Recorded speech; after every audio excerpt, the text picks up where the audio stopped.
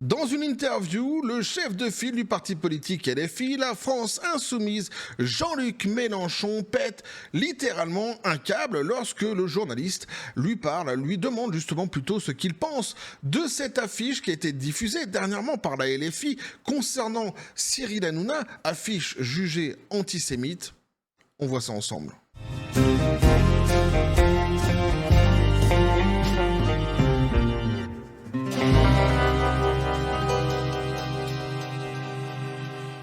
Et donc, il s'en passe des choses autour de ces fameuses affiches. Et oui, petit café les copains.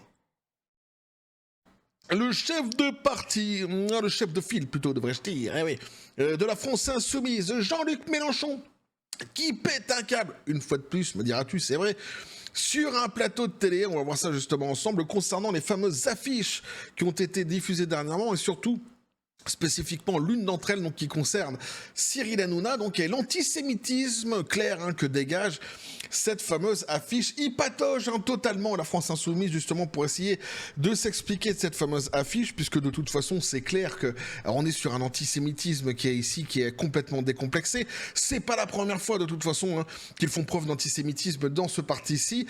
C'est juste quelque part un fait de plus, mais qui vient s'ajouter aux autres. C'est peut-être un petit peu aussi la goutte d'eau qui fait déborder le vase, je ne sais pas, mais on est habitué quand même, on est coutumé du fait avec eux. Ce sont des gens qui ont déjà eu pas mal de propos dans ce parti-ci qui étaient totalement antisémite.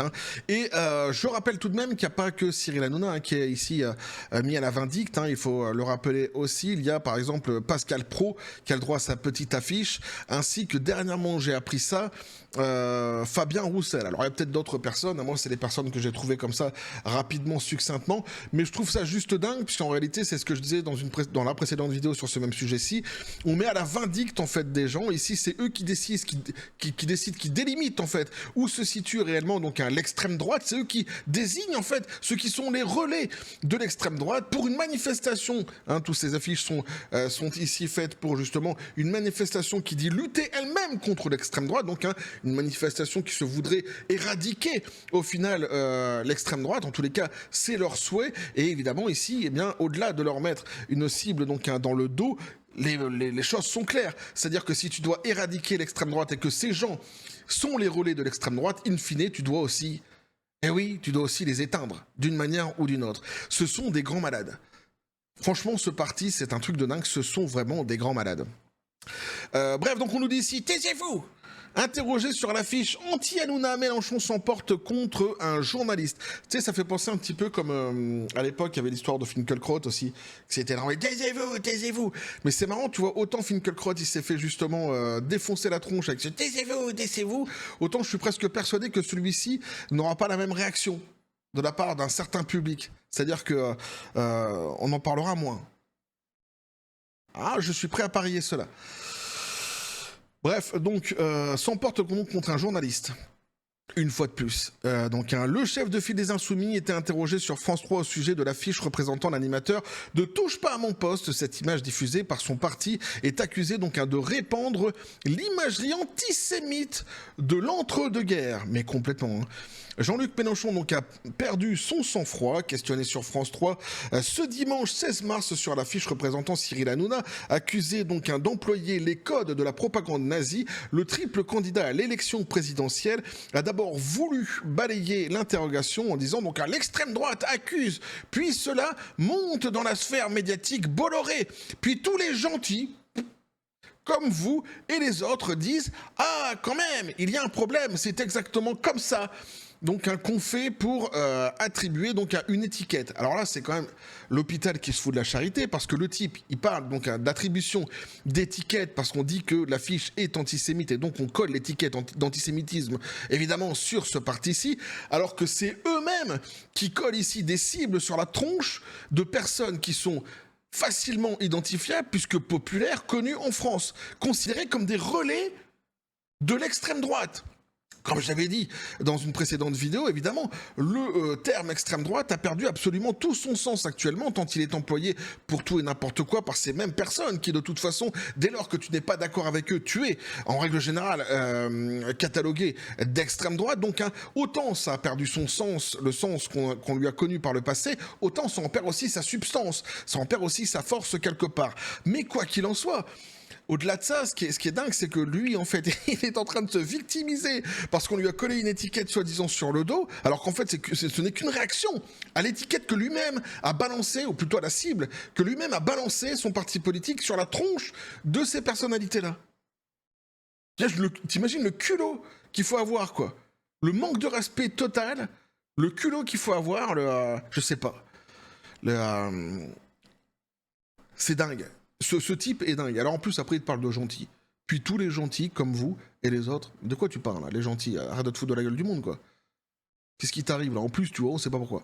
On a l'impression, tu vois ici, c'est tout à fait péjoratif, hein, dans sa bouche évidemment, puisque je ne vois pas, outre du poison qui sortirait de ses paroles, je ne vois pas quelque chose qui serait justement à l'égard, notamment de cet intervieweur, ce journaliste, ou même quiconque justement dit que cette affiche est antisémite. Je ne vois pas de mots de gentillesse hein, qui sortirait justement de sa bouche, et c'est pas étonnant venant de cette personne-ci, selon moi évidemment. Mais là, voilà, quoi, reste tranquille. Hein, puis tous les gentils, comme vous et les autres, disent ah quand même il y a un problème, et donc en fait c'est nous qui créons une histoire, en fait c'est nous qui relayons.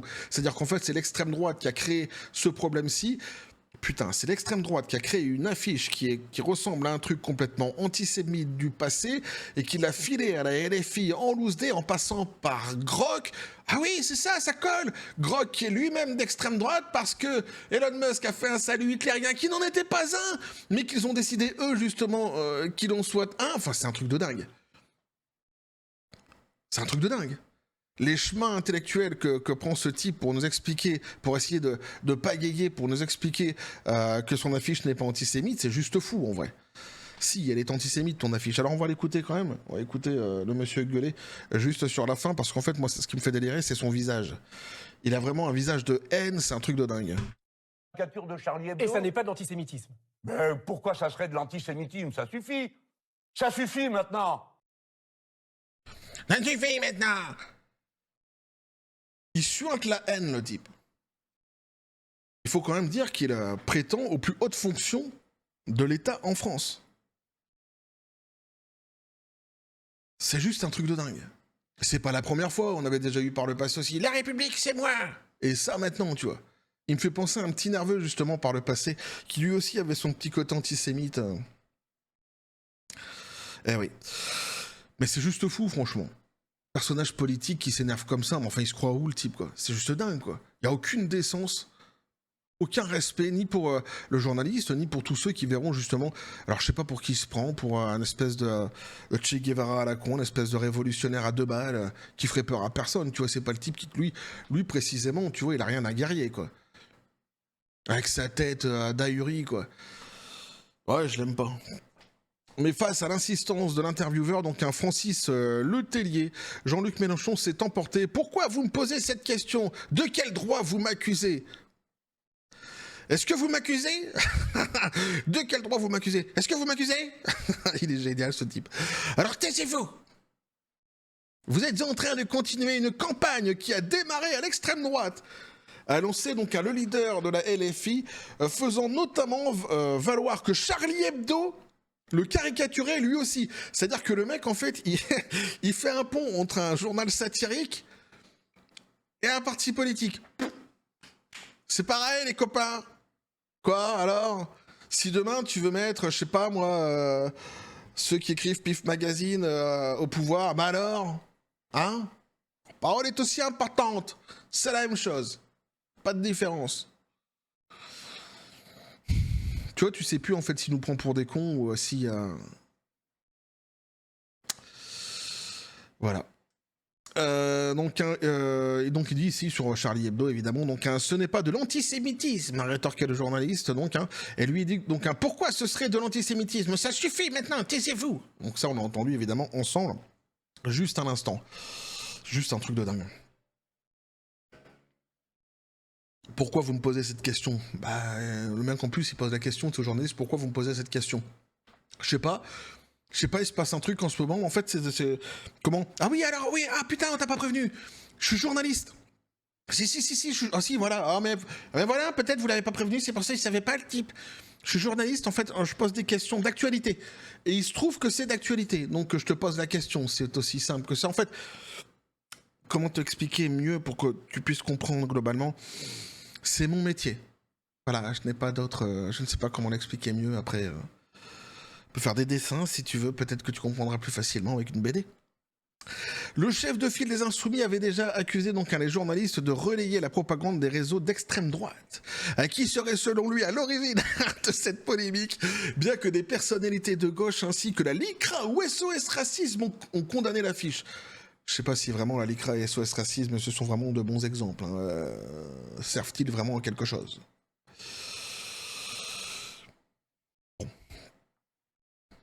J'ai que poser cette question dont j'ai un petit peu la réponse dans mon fort intérieur. Alors cette dernière organisation donc a également déploré que Jean-Luc Mélenchon ne présente aucune excuse à ce sujet. La publication de l'affiche ce mardi 11 mars a rapidement déclenché un tollé sur les réseaux sociaux. L'animateur de Touche pas à mon poste y était représenté le visage déformé par la colère, donc sur un fond noir et au-dessus des lettres jaunes et blanches. Ainsi le visuel a ensuite été retiré et remplacé. Des tensions sont apparues au sein de la France Insoumise, donc dans son propre parti. Et j'ai presque envie de dire, quelque part, heureusement qu'il y a des gens qui disent que c'est pas normal. Je reviens pas sur la fiche d'Hanouna, on l'avait déjà décrypté ensemble dans une précédente vidéo. Ceux qui l'ont pas vu, vous la retrouverez très facilement sur Google ou quoi qu'il en soit dans la précédente vidéo si vous voulez aller voir justement le décryptage que nous en avions fait, pardon. Donc ici, voilà. Donc les gens de la France Insoumise qui sont pas d'accord avec ce qui se passe, on nous dit ici, merci de tenir compte du fait que chaque membre du groupe est impacté, une fois de plus, par ces communications catastrophiques qui se multiplient. C'est par exemple indigné donc un Aymeric Caron, alors que pourtant lui, tu vois, au niveau de l'antisémitisme, on se place aussi quand même sur un niveau qui est obsessionnel, hein, j'ai presque envie de dire chez lui. Je suis affligé. J'ai découvert cette affiche avec effroi toute la journée. J'ai eu des retours de militants écœurés qui voulaient croire que c'était un fake, témoigne un autre insoumis auprès de l'opinion avant d'asséner. Soit le mec du siège de LFI qui a fait les visuels est un connard inculte, soit c'est une ordure antisémite. Alors attention, monsieur de la France Insoumise, les deux sont pas incompatibles. En général, d'ailleurs, même, ça va avec. Souvent, les gros antisémites sont aussi des connards incultes. Eh oui. Enfin, donc, le coordinateur de la France Insoumise, Manuel Bompard, oh génial lui aussi, a reconnu que l'usage de l'intelligence artificielle Grok pour créer ce visuel. Donc, il a reconnu que tout cela était une erreur. Par le biais de son avocat, Cyril Hanouna a annoncé vouloir porter plainte donc contre la France Insoumise. Nous préparons des actions judiciaires, a ainsi déclaré l'AFP. Maître Stéphane Asbagnan, je sais pas comment on dit, invoquant donc l'atteinte à l'image. Il réfléchit également à d'autres actions liées à l'antisémitisme. Et il a fort raison. J'espère qu'il va aller jusqu'au bout, Sakanda, Cyril Hanouna, et qu'il porte plainte, évidemment, contre la LFI à cause de cette affiche, évidemment. J'espère vraiment qu'il le fera, qu'il ne se désistera pas en cours de route. Donc voilà, ce qui est en train de se passer, c'est juste un truc de dingue. Lui, une fois de plus, Mélenchon, c'est pas la première fois, comme je disais. Mais quand même, il faut le reconnaître, le type ne change pas, quoi. Jamais il met de l'eau dans son vin, ce type, c'est incroyable, quoi. Avec ses yeux exorbités comme ça, le mec qui suinte la haine, c'est un truc de dingue, quoi. Il est avec une espèce de colère. Tu sais pas, tu vois, si c'est une vraie colère ou si c'est le type qui se joue comme ça des gens en essayant de montrer qu'il est colérique, tu vois, qu'il montre des muscles, essayer d'impressionner peut-être les gens avec sa tronche, j'en sais rien, alors qu'il impressionne personne, finalement. En tous les cas, moi, il ne m'impressionne pas du tout et ça ne règle absolument pas le problème. Hein, l'affiche est bien antisémite. Et alors c'est marrant quand il dit c'est un truc qui a été contrôlé par l'extrême droite. Ah ouais, tu vois, bah ouais, mais c'est ce que je te disais tout à l'heure. Mais voilà, effectivement, élémentaire. Mais tout se relie, mais les points se relient entre eux. C'est extraordinaire, je viens de découvrir. Et comment les choses s'étaient passées. Écoutez-moi, gens de la population, vous les gentils. Je sais pas pourquoi ils les appellent comme ça, donc je vais continuer là-dessus. J'ai découvert le poteau rose. Voilà comment les choses se sont passées. Nous avons demandé à Grok de nous faire une affiche de Cyril Hanouna. Grok, nous l'avions oublié, est extrême droite lui aussi. Et oui, puisqu'il a été créé par Elon Musk, qui est d'extrême droite. Donc forcément, on s'est fait piéger par l'extrême droite, qui avait tout manipulé depuis le début. C'est une manipulation. Ils sont fatigants, sans déconner. sont fatigants, ils sont fatigués, ils sont antisémites, ça c'est certain. Et ici, ça explose quelque part à la tronche de tout le monde, même si la plus grande partie des gens l'ont bien compris. Hein. Je l'ai vu de toute façon dans les commentaires de la précédente vidéo. Vous avez été extrêmement nombreux en fait à avoir dit oui, en fait, voilà, on comprend. Quand je posais la question, est-ce que c'est un parti de fachos, le nouveau parti des fachos et des antisémites? La grande majorité d'entre vous ont répondu oui, hein, clairement. Et c'est vrai que de toute façon, l'antisémitisme ici, il est complètement, pour moi, de toute façon, il est carrément, il n'est pas que suggéré, il est complètement démontré. Et je l'ai dit dans la précédente vidéo, je vais le répéter, parce qu'en fait, tu vois, lorsqu'il y a eu le geste d'Elon Musk, qu'Elon Musk a tout de suite expliqué en disant que c'était, il envoyait de l'amour de son cœur au public, machin de ça a été relayé comme un geste antisémite. Là, par contre, tu vois, ils n'ont pas écouté la personne hein, qui était concernée directement par l'histoire même, puisque donc à Elon Musk, et il continue jusqu'à aujourd'hui de dire que c'était un geste antisémite. Donc tu vois, rien que pour les emmerder, je m'en bats les Pokéballs de ce qu'ils pourront raconter ou avancer comme histoire, puisque vous êtes comme ça, puisque peu importe ce qu'on pourra vous dire de toute façon, ou même la personne concernée pourrait vous dire sur le geste qu'il a entrepris, vous vous en foutez, la seule chose qui vous intéresse c'est de servir votre propre folie et votre propre récit. Bah, si vous voulez jouer à ce jeu-là, on peut y jouer à deux. Moi, tu vois, je maintiens, et quoi que tu puisses dire, Mélenchon, que cette affiche est antisémite. Point final. Et je m'en fous. Et je continuerai. Voilà. Aucun problème. Quant au procédé des partis fascistes, hein, tout simplement des fachos, bah, cette vindicte, hein, j'ai déjà dit dans la précédente vidéo, ces cibles qui sont collées sur la tronche de ces personnes-ci, Pascal Praud, monsieur... c'est comment déjà Roussel, j'allais dire Rousseau. Monsieur Roussel, Cyril Hanouna, voilà, donc qui sont considérés comme des relais de l'extrême droite, pour une manifestation qui se dit vouloir justement lutter contre l'extrême droite, donc éradiquer l'extrême droite, donc tu vois... Dans le mécanisme, si tu veux éradiquer l'extrême droite, tu dois aussi éteindre les relais. Donc c'est une invitation à venir éteindre les relais. C'est un procédé, justement, qui est tout à fait, qu'on connaît très bien, hein, qui est un procédé fasciste, hein, qui consiste justement à mettre à la vindicte quiconque serait contre la pensée du parti, tout simplement, et à vouloir bâillonner les adversaires ou à vouloir les éteindre plus globalement. Voilà. Donc ici... On continue donc hein, sur cette histoire-ci avec un Mélenchon hein, qui pète littéralement un câble et avec cette question du coup quand même que beaucoup devraient se poser au-delà justement de toutes ces dérives complètement folles qui sont empreintes de ce parti-ci. Tu as ce personnage-là, Jean-Luc Mélenchon. Franchement, ce type en fait prétend aux plus hautes fonctions de l'État français. Qui pourrait voter pour un type pareil? C'est juste dingue quoi.